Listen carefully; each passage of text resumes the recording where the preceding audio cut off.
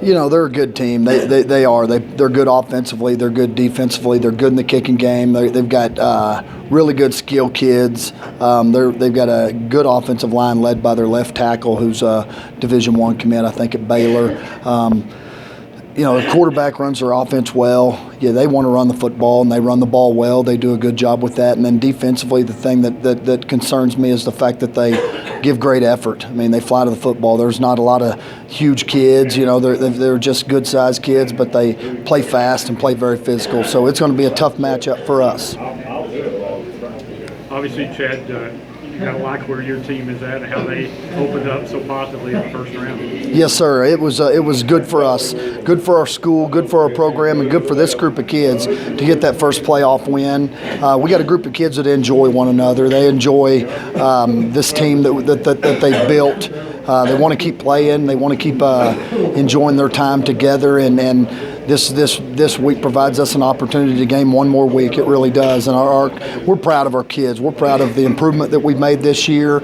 We still think we have some improvement to make. We think our, in a lot of different areas, we think we can improve. We expect a good performance from our kids. We really do. At this point, you got to play well. If you don't, you're hanging them up. So, that's the scary thought right now, is the fact that's there and that option's there. But I think our kids are locked in. I really do. I think they're focused, and I think they're excited about playing Colleyville Heritage. They're kind of familiar with this team. We played them in baseball last year. A lot of the kids, they know their names, they know who they are, and it's going to be a neat matchup for us this week.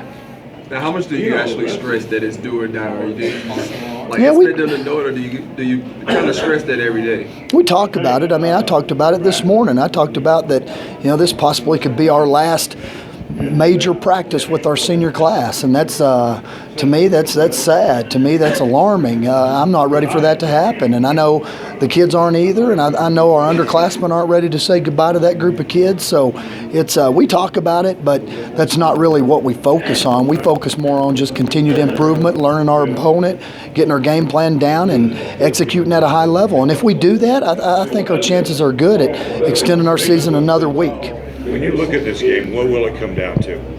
Oh, it's going to come down to, like most big games like this in the playoffs, it'll come down to turnovers. The team that doesn't turn the ball over, the team that executes the ball or executes at a higher level. I think establishing a run game is a big deal. Their quarterback can throw the ball. Our quarterback can throw the ball. They're a type of team that wants to run the football. So whoever's defense steps up and stops the run is going to have the advantage. And then this is one of the first weeks we felt like as a coaching staff that we didn't have a significant advantage in the kicking game. So I got to put that out there. I think it'll come down to the kicking game. The team that executes and makes the least amount of mistakes and then capitalizes in the kicking game. To me, that's where the game's going to be won. Chad, also, how important is it that your fans travel well? I think it's important. Our kids certainly rally off of our fans, and we're doing a great job with our school district. Our school district and our principal, Mr. Vincent's, allowing us to take our steppers, and we're taking our band, and we're traveling our cheerleaders. So we're trying to take our whole crew down there and make it feel like a home environment. And I'm certain that we'll have a good following by our fans, and it's very important. At this time, I think that's what you try to do in the playoffs, is you try to give your community that playoff experience and let them feel what it's like so that you can build on it in the future. That's what we're trying to do. This playoff experience needs to help us in the future. It was a big day for the Wheeler Mustangs. 3 by-district wins with Portland and Vega, and DuBrow at Dumas, and then you. Yes, sir. How about those Wheeler Mustangs? Oh, it's great. It's great. Anytime some of your old classmates you see them succeed, that's a big deal. One of them is family to me, and one of them's almost family. I mean, he basically lived at my house during those years when we were in high school. So it's neat to see those guys succeed. Chad, it didn't hurt you against Chapin, but because you're that much better. But you got down inside the 10 twice and had to settle for field goals. Probably can't get away with that in the future. Is that a point of emphasis? Has that been a point of emphasis? Yes, sir. It has been. It certainly has.